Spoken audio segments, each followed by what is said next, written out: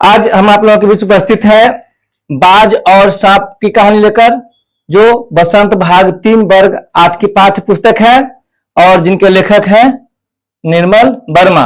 तो चलिए निर्मल वर्मा द्वारा रचित यह बाज और सांप की कहानी शुरू करते हैं। समुद्र के किनारे ऊंचे पर्वत की अंधेरी गुफा में एक सांप रहता था।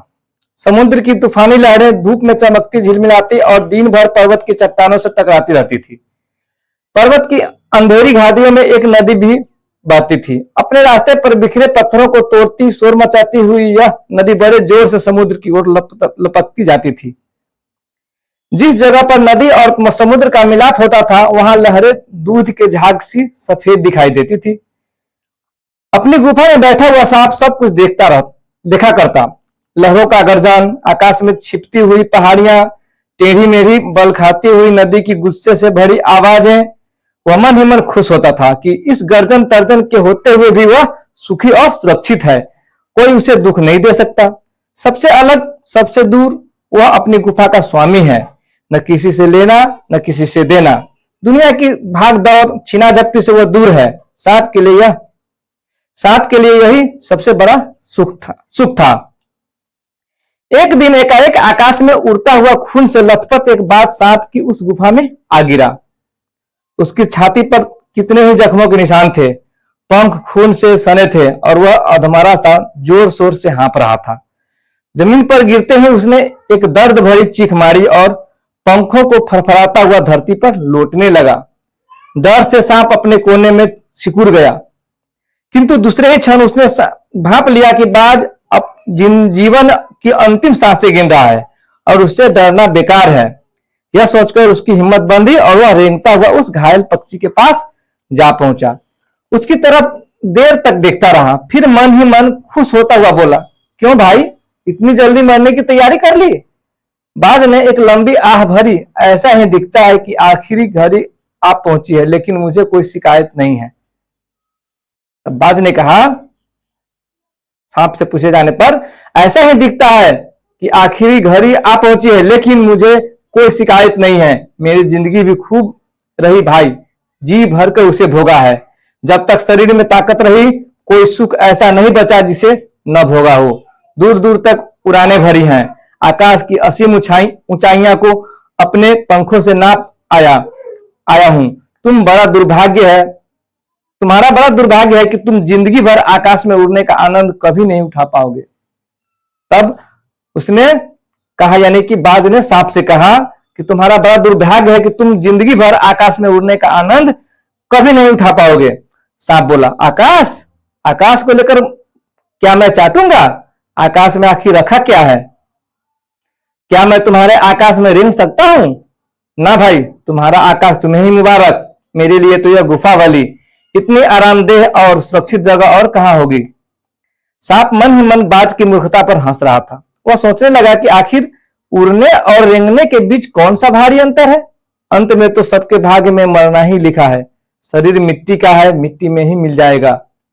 अचानक बाज ने अपना झुका हुआ सिर ऊपर उठाया और उसकी दृष्टि सांप की गुफा के चारों ओर घूमने लगी। चट्टानों में पड़ी दरारों से पानी गुफा में टपक रहा था। सीलन और अंधेरे में डूबी गुफा में एक भयानक दुर्गंध फैली हुई थी, मानो कोई चीज बरसों से पड़ी पड़ी सड़ गई हो। बाज के मुंह से एक बड़ी जोर की करुण चीख फूटी पड़ी। आह, काश मैं सिर्फ एक बार आकाश में उड़ पाता। बाज की ऐसी करुण चीख सुनकर सांप कुछ सिटपीटा सा गया। एक क्षण के लिए उसके मन में उस आकाश के प्रति इच्छा पैदा हो गई कि जिसके वियोग में बाज इतना व्याकुल होकर छटपटा रहा था। उसने बाज से कहा, यदि तुम्हें स्वतंत्रता इतनी प्यारी है तो इस चट्टान के किनारे से ऊपर क्यों नहीं उड़ जाने की कोशिश करते हो? हो सकता है कि तुम्हारे पैरों में अभी इतनी ताकत बाकी हो कि तुम आकाश में उड़ सको। कोशिश करने में क्या हर्ज है? तब बाज को सांप ने सलाह देते हुए कहा, उसे उत्तेजित करते हुए कहा। बाज में एक नई आशा जग उठी। वह दूने उत्साह से अपने घायल शरीर को घसीटता हुआ चट्टान के किनारे तक खींच लाया। खुले आकाश को देखकर उसकी आंखें चमक उठी। उसने एक गहरी लंबी सांस ली और अपने पंख फैलाकर हवा में कूद पड़ा। किंतु उसके टूटे पंखों में इतनी शक्ति नहीं थी कि उसके शरीर का बोझ संभाल सके। पत्थर सा उसका शरीर लुढ़कता हुआ नदी में जा गिरा। एक लहर ने उठकर उसके पंख पर जमे खून को धो दिया, उसके थके मांदे शरीर को सफेद फेन से ढक दिया, फिर अपनी गोद में समेट कर उसे अपनी सात सागर की ओर ले चली। लहरें चट्टानों पर सिर धुलने लगी, मानो बाज की मृत्यु पर आंसू बहा रही हो। धीरे धीरे समुद्र के असीम विस्तार में बाज आंखों से ओझल हो गया। चट्टान की खोखल में बैठा हुआ सांप बड़ी देर तक बाज की मृत्यु और आकाश के लिए उसके प्रेम के विषय में सोचता रहा। आकाश की असीम शून्यता में क्या ऐसा आकर्षण छिपा है कि जिसके लिए बाज ने अपने प्राण गंवा दिए। वह खुद तो मर गया, लेकिन मेरे दिल का चैन अपने साथ ले गया। न जाने आकाश में क्या खजाना रखा है। एक बार तो मैं भी वहां जाकर उसके रहस्य का पता लगाऊंगा, चाहे कुछ देर के लिए ही हो। कम से कम उस आकाश का स्वाद तो चख लूंगा। यह कहकर सांप ने अपने शरीर को सिकोड़ा और आगे रेंगकर अपने को आकाश की शून्यता में छोड़ दिया। धूप में क्षण भर के लिए सांप का शरीर बिजली की लकीर सा चमक गया, किंतु जिसने जीवन भर रेंगना सीखा था वह भला क्या उड़ पाता। नीचे छोटी छोटी चट्टानों पर धप से सांप जा गिरा। ईश्वर की कृपा से बेचारा बच गया, नहीं तो मरने में क्या कसर बाकी रही थी। सांप हंसते हुए कहने लगा, सो उड़ने का यही आनंद है, भर पाया मैं तो।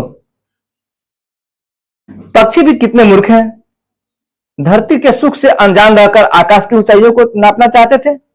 किंतु अब मैंने जान लिया कि आकाश में कुछ नहीं रखा, केवल ढेर सी रोशनी के सिवा वहां कुछ भी नहीं। शरीर को संभालने के लिए कोई स्थान नहीं, कोई सहारा नहीं। फिर वे पक्षी किस बूते पर इतनी डींगे हाँकते हैं, किस लिए धरती के प्राणियों को इतना छोटा समझते हैं। अब मैं कभी धोखा नहीं खाऊंगा। मैंने आकाश देख लिया और खूब देख लिया। बाज तो बड़ी बड़ी बातें बनाता था, आकाश के गुण गाते थकता नहीं था। उसी की बातों में आकर मैं आकाश में कूदा था।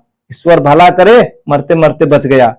अब तो यह बात और भी पक्की हो गई है कि अपनी खोखल से बड़ा सुख और कहीं नहीं है। धरती पर रेंग लेता हूं, मेरे लिए यह बहुत कुछ है। मुझे आकाश की स्वच्छंदता से क्या लेना देना। न वहां छत है, न दीवारें हैं, न रेंगने के लिए जमीन है। मेरा तो सिर चकराने लगता है, दिल कांप कांप जाता है। अपने प्राणों को खतरे में डालना कहाँ की चतुराई है। सांप सोचने लगा कि बाज अभागा था, जिसने आकाश की आजादी को प्राप्त करने में अपने प्राणों की बाजी लगा दी। किंतु कुछ देर बाद सांप के आश्चर्य का ठिकाना नहीं रहा। उसने सुना चट्टानों के नीचे से एक मधुर रहस्यमय गीत की आवाज उठ रही है। पहले उसे अपने कानों पर विश्वास नहीं हुआ, किंतु कुछ देर बाद गीत के स्वर अधिक साफ सुनाई देने लगे। वह अपनी गुफा से बाहर आया और चट्टान से नीचे झांकने लगा। सूरज की सुनहरी किरणों में सफेद समुद्र का नीला जल झिलमिला रहा था। चट्टानों को भिगोती हुई समुद्र की लहरों में गीत के स्वर फूट रहे थे। लहरों का यह गीत दूर दूर तक गूंज रहा था। सांप ने सुना, लहरें मधुर स्वर में गा रही हैं। हमारा यह गीत उन साहसी लोगों के लिए है जो अपने प्राणों को हथेली पर रखे हुए घूमते हैं। चतुर वही है जो प्राणों की बाजी लगाकर जिंदगी के हर खतरे का बहादुरी से सामना करे। ओ निडरबाज, शत्रुओं से लड़ते हुए तुमने अपना कीमती रक्त बहाया है, पर वह समय दूर नहीं है जब तुम्हारे खून की एक एक बूंद जिंदगी के अंधेरे में प्रकाश फैलाएगी और साहसी बहादुर दिलों में स्वतंत्रता और प्रकाश के लिए प्रेम पैदा करेगी। तुमने अपना जीवन बलिदान कर दिया, किंतु फिर भी तुम अमर हो। जब कभी साहस और वीरता के गीत गाए जाएंगे, तुम्हारा नाम बड़े गर्व से और श्रद्धा से लिया जाएगा। हमारा गीत जिंदगी के उन दीवानों के लिए है जो मरकर भी मृत्यु से नहीं डरते। निर्मल वर्मा।